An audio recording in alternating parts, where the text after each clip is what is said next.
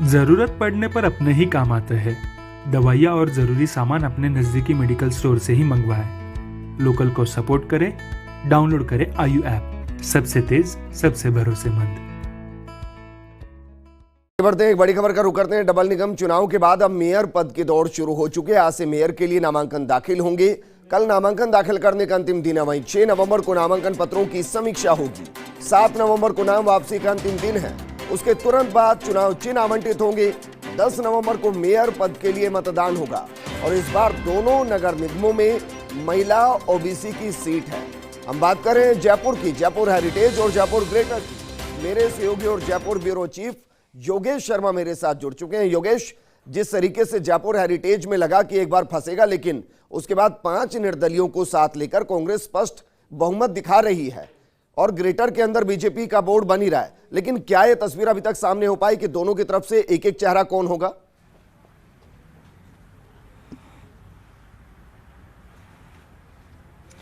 देखिए, सबसे बड़ी खबर तो आपको देते हैं कि जयपुर में अभी 52 पार्षद कांग्रेस पार्टी के कैंप में हैं और ये संख्या बढ़ने वाली है। और भी इंडिपेंडेंट्स जो हैं वो कांग्रेस के कुनबे में आ रहे हैं, लेकिन क्योंकि प्रताप सिंह खचरियावास हमारे साथ है जो कि इस पूरे रणनीति को देख रहे हैं, कैसे मेयर बनेगा, कैसे कांग्रेस का हेरिटेज में डिप्टी मेयर बनेगा। प्रताप जी, लगातार आपने इस चुनाव को मॉनिटर किया है, अब कहा जा रहा है यूनानिमस मेयर का चयन हुआ, किस तरह की सोच लेकर कांग्रेस का कुनबा काम कर रहा है? देखिए, कांग्रेस का पूरा कुनबा और राजस्थान में जो पूरी कैबिनेट, पूरी पार्टी अशोक गहलोत के नेतृत्व में काम कर रही है। कांग्रेस सरकार की वर्किंग के कारण हमें अच्छा मैंडेट मिला। आज तक इतने वर्षों में हम लोग अच्छे वोट नहीं ले पाए, लेकिन हमने परसेंटेज ऑफ वोट बीजेपी से ज़्यादा लिया, सीटें बीजेपी से ज़्यादा ली और राजस्थान में हमारा रिजल्ट बीजेपी से अच्छा रहा। बीजेपी का जो बुखार था, लोकसभा में बीजेपी बहुत बड़ा वोट लेकर गई, उसके बाद वोट को फिर डेंट करना और फिर आना, मैं ये मानता हूँ इससे भी हम अच्छा प्रदर्शन कर सकते थे। कुछ हम लोग लापरवाही कर गए, मतलब जहाँ जिन सीटों को जीता हुआ माना वहाँ हम खुद जाते तो स्थितियाँ और होती। रही बात मेयर की, मेयर डिप्टी मेयर को लेकर कोई डिस्प्यूट नहीं है। निर्दलियों का हमें समर्थन मिल गया, रात को आपने देख लिया 47 के साथ 5 हो गए तो 52 हम हो गए, बाकी निर्दलीय भी आ रहे हैं, सबसे बात हो गई। क्योंकि जो पार्टी के साथ, कांग्रेस के साथ खड़ा रहेगा, बोर्ड के साथ खड़ा रहेगा, उन निर्दलियों के यहाँ भी ज़्यादा सम्मान होगा, ज़्यादा काम होगा, उनका सम्मान हम रखेंगे। तो अभी वापस मैं होटल ही जा रहा हूँ, सकून होटल में हमारे सब पार्षदों को हमने रखा हुआ, तो आज शाम तक हम डिसाइड कर लेंगे, नाम डिसाइड करके और डिक्लेयर करेंगे, क्योंकि कल शायद लास्ट है फॉर्म भरने की डेट, लास्ट ही है ना, कल लास्ट डेट है, तो कल फॉर्म तो भरना ही पड़ेगा, इसे आज डिसाइड करना पड़ेगा, नाम डिसाइड हो जाएगा। कोई डिस्प्यूट नहीं है, हेरिटेज हम आराम से जीत रहे हैं। और यदि कोई ग्रेटर में भी कोई बीजेपी के नेता चाहें, उनको कोई प्रॉब्लम हो तो मदद करने को तैयार है। यदि कोई उनके अधिकारों पर कोई हमला कर रहा हो किसी पार्षदों के ग्रुप के साथ, जैसा विष्णु लाटा के टाइम पर हुआ था, तो हम जयपुर के हित में कोई भी उनकी मदद करने को तैयार है। लेकिन ऐसा कुछ होगा तो देखेंगे वहाँ। बाकी हम चला के तोड़फोड़ करने के ना पक्ष में है, ना किसी दूसरे के घर में झाँकते हैं, ना हमारा कोई इंटरेस्ट है। हेरिटेज में हमारे पास पूर्ण बहुमत है, हम बना लेंगे। और उसके बाद पूरे जयपुर में वार्ड वाइज मैंने घोषणा की थी कि मैं जन अदालत लगाऊंगा, जन अदालत में सारे अधिकारी रहेंगे, टाइम बाउंड प्रोग्राम देके और सारी समस्याओं का वार्ड वाइज समाधान करूंगा। सड़क है, सीवरेज है, पानी है, कोई व्यक्तिगत समस्या है, सफाई है, सबकी सुनना। पहली बार ये बड़ा प्रोग्राम होगा जब जन अदालत वार्ड वाइज लगेगी और पूरी सरकार वहाँ पर रहेगी। मंत्री के नाते मैं खुद रहूँगा, मेयर जो भी महिला बनेगी वो रहेगी, अधिकारी सारे रहेंगे, अधिकारी तो रहेंगे ही सब जगह, उनकी जिम्मेदारी मेन है। और जयपुर को एक वर्ल्ड क्लास सिटी हम कैसे बना सकते हैं और जनता का जुड़ाव उसमें कैसे कर सकते हैं, हर काम में, नगर निगम के काम में, वो तैयारी हमारी। एक बात की जा रही है कि एक अच्छा फेस हो, एक अच्छा आभामंडल हो मेयर का, क्योंकि जयपुर का मेयर, राजधानी का मेयर, प्रथम नागरिक, अपने आप में एक उसका संदेश जाता है। तो किस तरह के चेहरे की खोज आपकी चल रही है? अगर वो आपके जीते हुए पार्षदों पर नहीं थमती तो क्या हाइब्रिड को इस्तेमाल किया जाएगा? हाइब्रिड को इस्तेमाल करने की हमारी इच्छा नहीं है, क्योंकि जीते हुए लोगों का हक है, तो जीते हुए पार्षदों में से ही किसी एक को मेयर, डिप्टी मेयर बनाया जाएगा। हाइब्रिड का हम नहीं सोच रहे। और पढ़ी लिखी महिलाएं हैं हमारे यहाँ पे, तो उनमें से किसी एक को जो समझदारी के साथ सबको साथ लेके चल सके, घमंड नहीं करे, फालतू की हरकत नहीं, ऐसा कुछ जो सबको विश्वास में, मतलब नेता भी जिसको पसंद करे कि हाँ ये महिला सबको साथ लेके चल सकती है और जो जनता के लिए काम करेगी।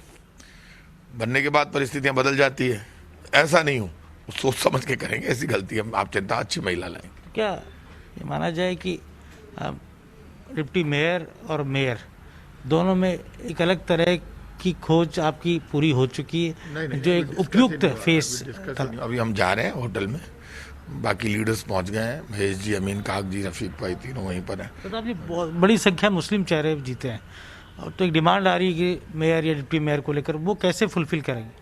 देखिए, मुस्लिम हिंदू ये हम नहीं सोचते, मुस्लिम हो, हिंदू हो, एसटी हो, एससी हो, एसटी तो बने, ओबीसी महिला कोई बनेगी, वो हिंदुओं में भी होती है, मुसलमानों में, जो डिजर्व करेगी, चाहे वो हिंदू हो या मुसलमान हो, कोई भी बन सकती है। ऐसा कांग्रेस में नहीं है कि हिंदू बने या मुसलमान बने, दोनों में से कोई भी बन सकता है।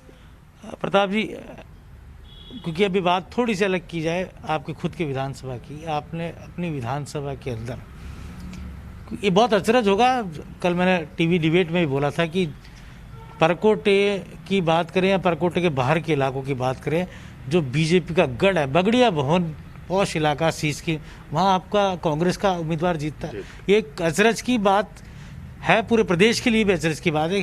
कैसे संभव किया आपने, किस तरह की रणनीति बनाई? देखिए, मेरी रणनीति थोड़ी फेल हो गई, नहीं तो मुझे 18 सीटों की उम्मीद थी। एक दिग्विजय सिंह 107 वोटों से हार गए, अच्छे उम्मीदवार थे।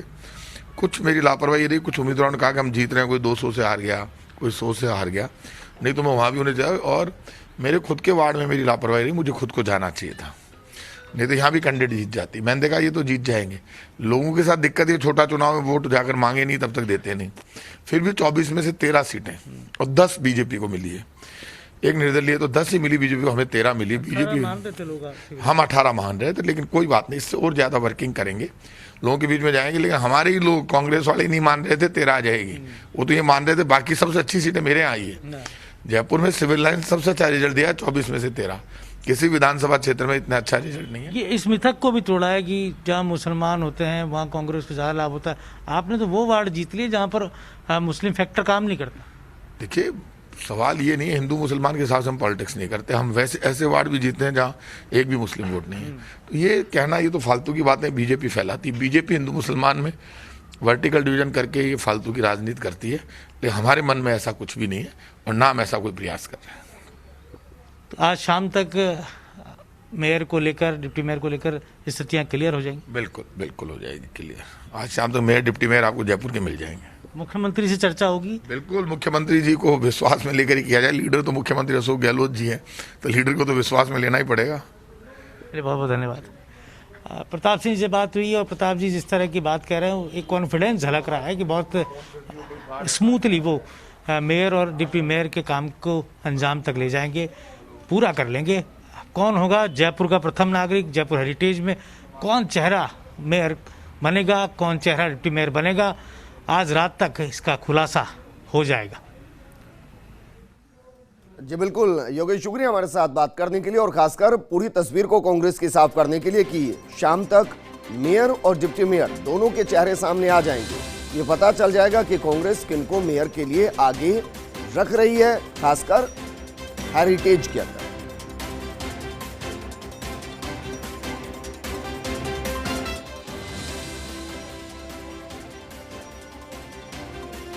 तो तस्वीरें हम आपको दिखा रहे हैं, तस्वीरें हैं उस वक्त की जब पार्षदों को होटल में शिफ्ट किया जा रहा था। हेरिटेज के अंदर कांग्रेस अपना बोर्ड बना रही है। जिस तरीके की जानकारी मिली थी, 47 उनके खुद के पार्षद हैं और 5 पार्षद ऐसे हैं जो निर्दलीय और उनको समर्थन दे रहे हैं। आंकड़ा हो जाता है 52 और ऐसे में बहुमत कांग्रेस के पास। लेकिन सवाल यही है कि मेयर और डिप्टी मेयर पद पर कौन बैठेगा, किसको आगे किया जाएगा, पार्षदों की सहमति। लेकिन बड़ी बात जो परिवहन मंत्री प्रताप सिंह खाचरियावास ने की वो दरअसल ये